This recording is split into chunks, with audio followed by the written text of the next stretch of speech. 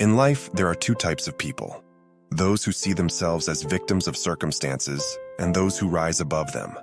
This is the story of how a wise master helped a troubled soul escape the chains of a victim mentality. There once was a young man burdened with disappointment. No matter what he did, life seemed unfair. He felt helpless, always blaming others for his misfortune. He searched for answers, but every time things went wrong, his mind cried out, "Why is this happening to me?"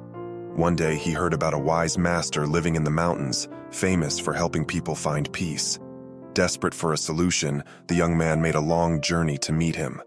When he finally met the master, his heart poured out. "Life has wronged me," he exclaimed. "Everyone seems to be moving forward while I'm stuck here. This is unfair." The master listened silently, nodding thoughtfully. "Life is not unfair because it isolates you," he said. "It's only unfair if you think it is. What you call misfortune is not a punishment, it's a teacher. I understand you because I've been in that place myself. I've had moments where I didn't think life was worth living, and I imagined my suicide, and I didn't plan it or I was going to do it, but I kind of imagined it, I've been to those places, so I understand that." The young man looked confused. How could his struggles be anything but misfortune? The wise man continued, "You feel like the world is against you, and that's not a feeling. It's a belief. Well, if you have that belief, it's because at some point you went through that experience, but you're not going through that experience now. That experience was of a helpless, lonely child. So what's showing up in your belief system is not your current situation, but your emotional experience as a child. And as I said before, in the present, we can heal no matter what happened then."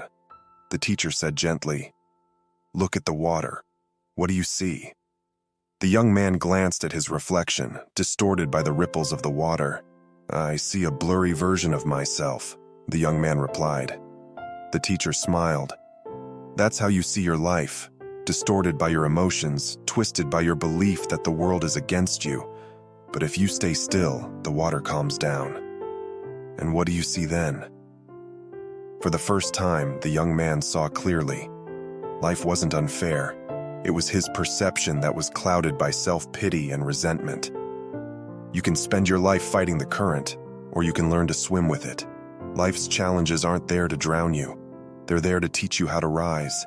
As Epictetus said, it's not what happens to you, but how you react to it that matters. The young man realized that his life had been shaped by the stories he told himself. The more he played the victim, the more helpless he became. But now, standing next to the wise teacher, he understood something profound. He had the power to rewrite his own story. His struggles weren't curses, they were stomping stones. The world wasn't out to catch up to him. It was giving him the tools to become stronger. True strength doesn't come from avoiding adversity. It comes from facing it, learning from it, and choosing not to let it define you. And so the young man walked away, no longer a victim of his circumstances, but the master of his destiny. Remember, we all have the power to break free from the victim mentality. The challenges we face don't define us. Our response to them does. You are stronger than you realize. It's time to rise up. If you found this story inspiring, be sure to hit the like button and let us know your thoughts in the comments below. Don't forget to subscribe and turn on notifications for more powerful stories like this. Together, we will rise above life's challenges.